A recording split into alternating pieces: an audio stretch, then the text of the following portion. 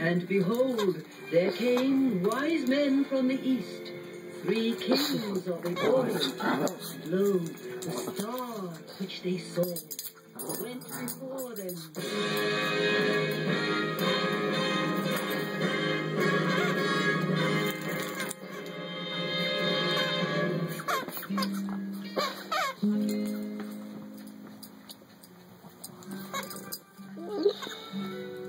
Yes, it was the Star of Bethlehem which shone so brightly, graced the lonely, darkened desert with its silver light.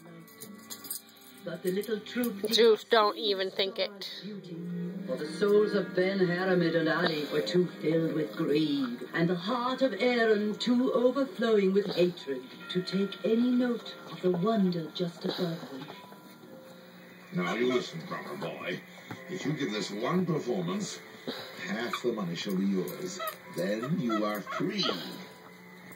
Aaron agreed, only because he knew that with the king's money, he would be free to go his own way and never again trouble himself with humans.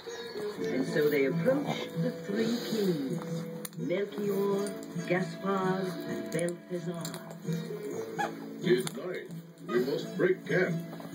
And swiftly, the star waits not for us. Strike the tents, back the camels.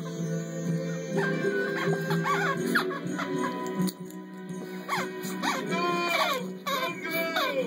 We just got here! Oh, out of my way, we must perform. Down, knave, down.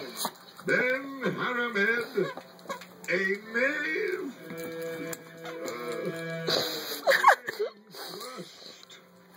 Lower your spears. These desert vagabonds seem to mean us no harm. Why do you come to us? We are a troop of players, your majesty. Majesties. We have no time for this merry, as you see. We break camp and... Well, that's ridiculous. Begging your pardon. Nobody travels the desert by night. Hey! Or we follow the stars.